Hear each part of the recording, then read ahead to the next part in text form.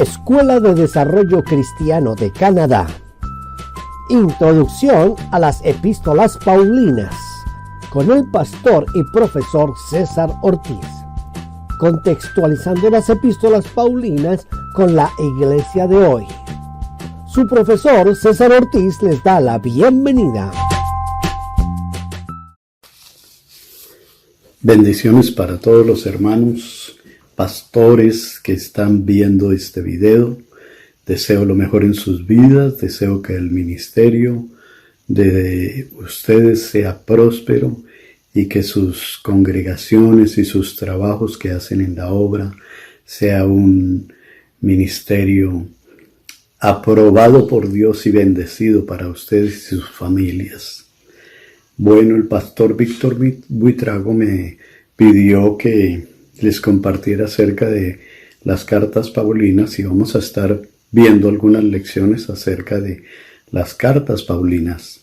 Mi nombre es César Ortiz y estoy aquí, hermano, para el servicio de la obra y el servicio a nuestro Dios.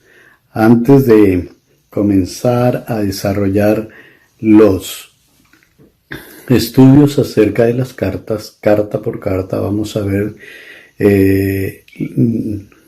12 cartas, porque el libro de los Romanos casi por lo general se hace un estudio aparte, ya que el libro de los Romanos es un libro muy diferente a las cartas.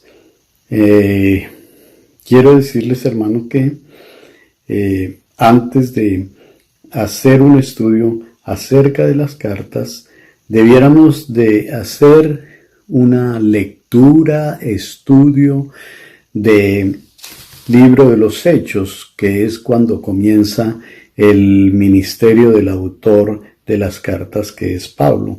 Entonces sería bueno que ustedes miraran una leída, una estudio repasada al libro de los Hechos. En el capítulo 9 del libro de los Hechos se ve la conversión de Saulo. Y luego, al terminar, ya se hace una descripción sobre el encuentro con Jesús yendo a Damasco. Pero a partir del capítulo 13, entonces nos damos cuenta de que ya viene a desarrollarse el ministerio de Pablo, que fueron más o menos 20 años.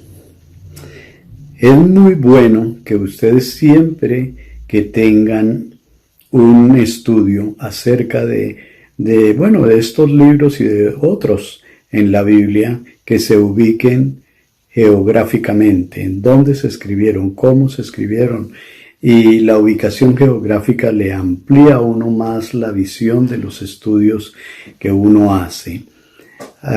Por eso es bueno que les estoy recomendando que leer el libro de los Hechos, ya que en el libro de los Hechos se describen los viajes misioneros de Pablo, los 3 viajes misioneros. Entonces nos damos cuenta que el apóstol Pablo empieza e inicia su ministerio desde un punto geográfico de que era Antioquía, y baja y se extiende por el mar Mediterráneo, luego da una vuelta y sube hacia Asia Menor, y entonces ahí nos damos cuenta de los viajes y los puntos estratégicos y las iglesias que el hermano Pablo estuvo allí prácticamente fundando. También vemos el segundo viaje, que es un poco más extenso, y el tercer viaje, que ya lo hace más extenso. Ya han habido 2 viajes más hacia Roma, pero eso no nos interesa en nuestro caso.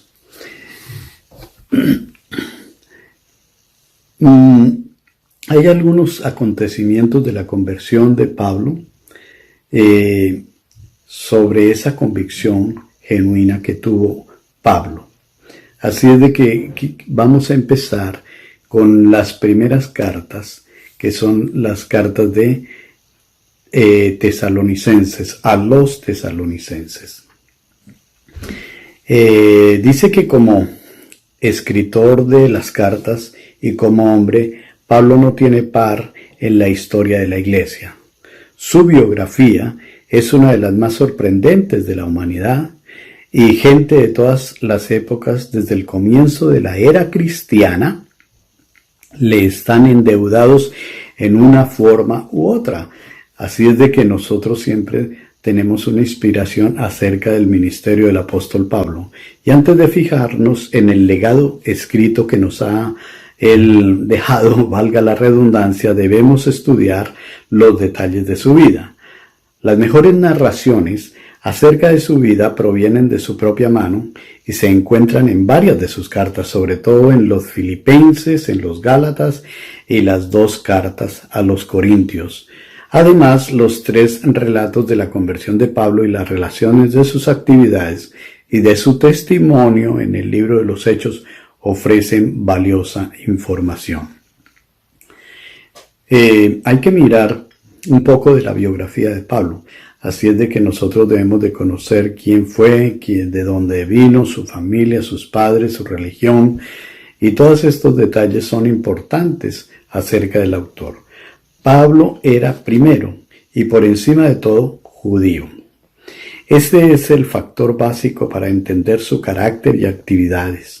Nació de padres judíos en la ciudad de Tarso, en la provincia de Cilicia, y por ello se le conoció por mucho tiempo como Saulo de Tarso. Según su propio testimonio, fue fariseo. Era una de las, pudiéramos decir, sectas del judaísmo. Ellos, los fariseos, vivían muy aferrados a su religión, pero eran extremadamente vigilantes de que todo se cumpliera según la ley. Es decir, ellos estaban más pendientes de los puntos de la ley, que todas las normas religiosas se llevaran a cabo. Así es de que es una de las cosas que nosotros vamos aprendiendo, que era fariseo, según su testimonio, como su padre era fariseo, según Hechos 23:6. En Hechos 23:6, allí nos narra de que viene de una familia farisea. También era un hombre ilustre, hablaba arameo, hebreo entre los hebreos, y en su juventud aprendió también un oficio que era el de hacer tiendas, era fabricante de tiendas. Además, era de la tribu de Benjamín, según Filipenses 3:5. Y a través de la historia, los benjaminitas dieron evidencia de ser luchadores, y Pablo parece de dar prueba de sobreabundar en esto, de trabajar en un aspecto secular. Y es una de las cosas que también nosotros debemos de aprender, que nuestro trabajo ministerial no impide nada de que nosotros hagamos un trabajo extra, un trabajo secular, quizás por algunas horas, no tiene que ser de tiempo completo, pero esto, yo en término personal digo que un pastor que no pueda la iglesia tener un sostenimiento al pastor, a su familia, sería bueno que el pastor sacara sus horas de trabajo, y que esto no va a afectar en nada el ministerio, porque la vida económica en el ministerio sí afecta. Muchos pastores han quedado frustrados en su ministerio. Muchos pastores, su vida ministerial ha sido derrumbada en la parte económica. Hay iglesias que no pueden sostener a un pastor completo porque hay gastos dentro de la iglesia. Entonces, una de las cosas que uno debe aprender. Y el hermano Pablo era un luchador de este tipo, era de la tribu de Benjamín. Pablo parece dar prueba de sobreabundancia de celo en todas sus empresas, sobre todo en la persecución de la iglesia. Era un perseguidor de la iglesia, pero de corazón. En su fariseísmo consintió con muertes de hermanos, consintió, hasta pedía, por ahí dice que pedía cartas de recomendación al sacerdote para perseguir a la iglesia. Y aquí en Gálatas 1:13 nos damos cuenta que a temprana edad fue a Jerusalén y, según lo que dice en Hechos, estudió bajo también fue discípulo de rabino Gamaliel primero. Este Gamaliel era maestro eminente de una escuela y también un intelectual de la cultura griega. Está en Hechos capítulo 22, versículo 3. Por sus propias palabras, en Gálatas sabemos que Saulo en el judaísmo aventajaba a muchos de los contemporáneos de su tiempo en su nación, siendo muchos más celosos de las tradiciones de sus padres. Y hay muchos que han dicho: no, es que yo era de tal religión y era de hueso colorado, era un hueso duro de roer, a mí no me hacía falta nada porque yo creía que en mi religión ya estaba totalmente hecha mi vida. Pero cuando vinieron a los pies del Señor, entonces el Señor los llama, se convierten al Señor y luego el Señor los llama al servicio en su obra, como lo estoy tratando con ustedes, hermanos. El comienzo de la furiosa campaña de Saulo para exterminar a la iglesia coincidió con el homicidio del hermano Esteban, un gran hermano, un hombre santo de Dios. Hechos 7:58 al 8:3. No solo persiguió tanto a hombres como a mujeres en Jerusalén, sino que con cartas de detención recibidas del sumo sacerdote José Caifás, fue también a otras ciudades para constituirse en contra de los principios de Jesús, y tuvo sus experiencias dramáticas fuertes cuando el Señor Jesús lo llamó y se lo encontró en el camino, y ahí ese Pablo intelectual, ese Pablo que hablaba varios idiomas, ese Pablo que políticamente también estaba bien construido, ese Pablo que sabía mucho, entonces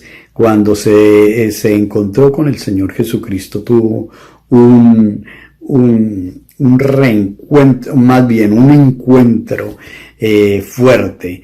Y entonces cuando el Señor le dice esas palabras: Saulo, Saulo, ¿por qué me persigues? Y ustedes ya saben aquí aquella conversión, y desde entonces empezó a predicar la palabra después de un tiempo. En su cultura Pablo era griego. No solo fue educado en uno de los centros principales de la cultura de los griegos, sino que demuestra familiaridad con la mentalidad griega. Es decir, los griegos eran una cultura de intelectualismo filosófico fuerte. Así es de que Pablo, cuando nosotros vemos el libro de los Romanos, ahí vemos mucha filosofía.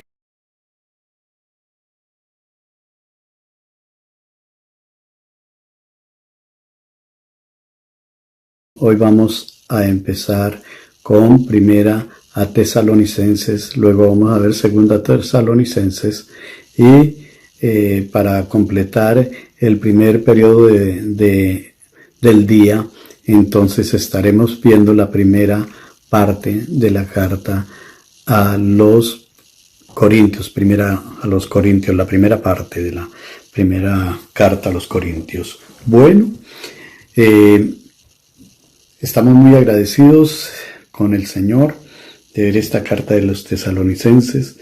Aquí hace una relevancia muy bonita sobre el apoyo que estos hermanos de Tesalónica estaban con el hermano y con el ministerio del apóstol Pablo y otros compañeros de Pablo que estuvieron ahí en esto. La palabra ahí nos dice que ellos estaban siempre atentos y Pablo se sentía orgulloso de ver que los hermanos habían captado sus enseñanzas y que en sus corazones había quedado bien sembrada la palabra. Las cartas a los tesalonicenses están entre las primeras cartas que se escribieron, según algunos eruditos, Pablo llega a Tesalónica en el segundo viaje misionero. En Hechos está en el capítulo 17, versículo 1 al 9, y fue con Silas y Timoteo, sus compañeros. La fecha no tiene exactamente una fecha que se dice fue escrita en ese año exacto, pero dice aquí que no, aunque no hay seguridad, unos piensan que fue escrita entre los años 49 y 51. El lugar de la escritura no hay dice que Hechos daría a entender que fue durante la segunda estadía en Corinto, en su segundo viaje misionero, después de su ministerio en Tesalónica, Berea y Atenas, según Hechos 17, 1 al 8. El propósito, cada carta siempre va a tener un propósito, como cuando uno dirige una carta a alguien, uno va a saber cuál es el propósito de dirigir dicha carta. Y el propósito es que Pablo resalta la firmeza de los creyentes. Son noticias que le habían traído Timoteo, y esto era digno de exaltar. En 1 Tesalonicenses, capítulo 3, versículo 6 al 10. Esto es lo que les quiero decir, hermanos, que me gusta mucho. Dice, pero cuando Timoteo volvió de vosotros a nosotros y nos dio buenas noticias de vuestra fe y amor, y que siempre nos recordáis con cariño, deseando vernos, como también nosotros a vosotros. Por ello, hermano, en medio de toda nuestra necesidad y aflicción, fuimos consolados de vosotros por medio de vuestra fe, porque ahora vivimos si vosotros estáis firmes en el Señor. Por lo cual, ¿qué acción de gracias podremos dar a Dios por vosotros, por todo el gozo con que nos gozamos a causa de vosotros delante de nuestro Dios, orando de noche y de día con gran insistencia, para que veamos vuestro rostro y completemos lo que falta a vuestra fe? ¿Qué podemos hacer? Es que ustedes han sido excelentes hermanos en la fe. Yo creo que aquí aprendemos algo muy importante para nuestra vida personal y de ministerio.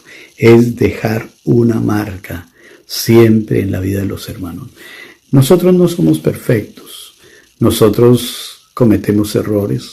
Cualquier pastor comete errores, cualquier pastor no está exento de cometer un pecado, un error, pero siempre manteniendo nosotros firmes en la fe. ¿Por qué? Porque nosotros somos ese sello donde Dios nos ha puesto para que otros sigan nuestras pisadas, sigan el imitarnos a nosotros, el imitar un ministerio. Y esto era de lo que Pablo se sentía gozoso, de que esos hermanos habían aprendido bien esos principios dejados por el apóstol y sus compañeros allí en la iglesia. Así es de que, hermanos, siempre que nosotros dejemos una marca, para nosotros es una gran felicidad, porque hemos dejado establecido buenas cosas, buen testimonio, buena honra del nombre del Señor. Y su ministerio tiene un precio. Hermano, es tan grande ese precio que no se alcanza a describir lo que es el precio del ministerio. Es algo indescriptible, porque Dios nos llamó y nosotros hemos sido llamados a ser siervos del Señor. Así es de que esta era una de las cosas que Pablo dejó allí. Era digno de exaltar. La oposición que hubo fue que los judíos celosos protestaban. Son acusados aquellos hermanos de Pablo y estos hermanos eran acusados de actos contrarios a los decretos de César, diciendo que hay otro rey Jesús. ¿Cómo así? Que hay otro rey Jesús. En el capítulo 17, versículo 7 del libro de los Hechos. Entonces ellos vinieron y fue tan convincente su conversión, fue tan genuina, que ellos estaban expuestos hasta pagar con su propia vida por el nombre de Jesús. Y es algo digno de admirar. Entonces, ellos decían, bueno, ustedes tienen humanamente su rey y bueno, nosotros nos debemos de sujetar a las leyes humanas, porque estas son permitidas por Dios, dicen Romanos. Entonces, nos debemos de sujetar a esas leyes, pero el Rey soberano de nuestra vida es el Señor Jesucristo, hablando espiritualmente. Las leyes humanas sí las debemos de cumplir, porque nosotros como ministros, y debemos aún enseñarle a la iglesia de que nos sujetemos a las leyes humanas. Entonces, ellos tenían a alguien para ellos muy importante, que era el César, pero para Pablo era importante el nombre de Cristo en la iglesia para cambios, para renovación, para dejar instalada y fundamentada una fe en cada iglesia. La persecución, los hermanos son perseguidos después de la salida de Pablo. Imagínense, hermanos, de que siempre el Evangelio ha tenido una persecución terrible desde el primer siglo, hermanos. Nosotros, la iglesia, hemos sido perseguidos y se han hecho hasta ciertas campañas revolucionarias, espiritualmente hablando, por allá en la Europa, perseguían y se levantaron movimientos para persecución de los cristianos. Y estos hermanos, por el nombre de Cristo, eran perseguidos.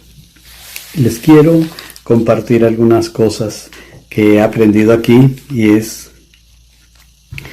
que en el segundo viaje misionero llegó a Tesalónica, capital de Macedonia, Hechos 17, 1 al 9, las cosas les fueron bien a los misioneros Silas y Timoteo, acompañaban a Pablo por ese entonces, hasta que judíos celosos protestaron, acusándolos de actos contrarios a los decretos del César, diciendo que hay otro rey, Jesús, y esto está en 17, 7 de los Hechos, y fueron echados de la ciudad. Cuando Pablo llegó más tarde a Corinto, escribió las cartas a los turbados cristianos tesalonicenses, quienes se habían a su vez convertido en objeto de persecución después de la salida de Pablo. Primera a los tesalonicenses 2:14. En vez de una visita personal, el apóstol da gracias a Dios por las noticias de la firmeza de los creyentes, noticias que les había traído Timoteo en primera los tesalonicenses 3, 6 al 10. La carta se divide en 5 secciones. La primera es el saludo, que está en el capítulo 1, versículo 1. La segunda son las acciones de gracia. Acciones de gracias. El 1, 2 al 10. La tercera es la defensa del ministerio paulino, en el capítulo 2, verso 1, hasta el capítulo 3, verso 13. El cuarto grupo es el esbozo, o la cuarta división es el esbozo de la vida cristiana, capítulo 4, verso 1 al 5, 24, y hay una conclusión, un cierre que está en el capítulo 5, versículo 28. El propósito y el contenido de las cartas a los tesalonicenses son unas cartas que Pablo no contienen un título oficial del escritor, sino simplemente su nombre y los demás como Silvano y Timoteo al comienzo. Escribe como amigo personal y consejero espiritual a sus hijos espirituales que se ven asediados de las aflicciones y tribulaciones. Entonces, noten que si usted va a ver, por ejemplo, la carta a los Corintios, que las vamos a ver más adelante, entonces el objetivo, el propósito es algo muy diferente a lo que está en la carta a los tesalonicenses, o si vemos a Filipenses, es muy diferente el propósito de la carta a los Gálatas. Más adelante la vamos a estar viendo. Están perplejos de ver que les suceden tales cosas. ¿Cuida a Dios de ellos? Para animarlos, Pablo les recuerda cómo él mismo recibió un trato vergonzoso cuando estuvo en su ciudad, según el capítulo 2, versículo 1 y 2, y que les había predicho que íbamos a pasar tribulaciones. El capítulo 3, versículo 4. Miren aquí lo que dice: porque también estando con vosotros, os predicamos que íbamos a pasar tribulaciones, como había conocido y como había acontecido, y sabéis. Así es de que él les había dicho: hermanos, estén preparados para las aflicciones, para las controversias, para todo lo que venga en contra de sus vidas, porque detrás de todo esto siempre hay un propósito. Siempre que nosotros tenemos una persecución, siempre que somos perseguidos, siempre que tenemos adversidades en nuestro ministerio, entonces hay un propósito detrás de todo esto. Desde la salida del apóstol, algunos habían muerto. ¿Qué actitud debían adoptar frente a la muerte? La religión pagana de la que se habían apartado.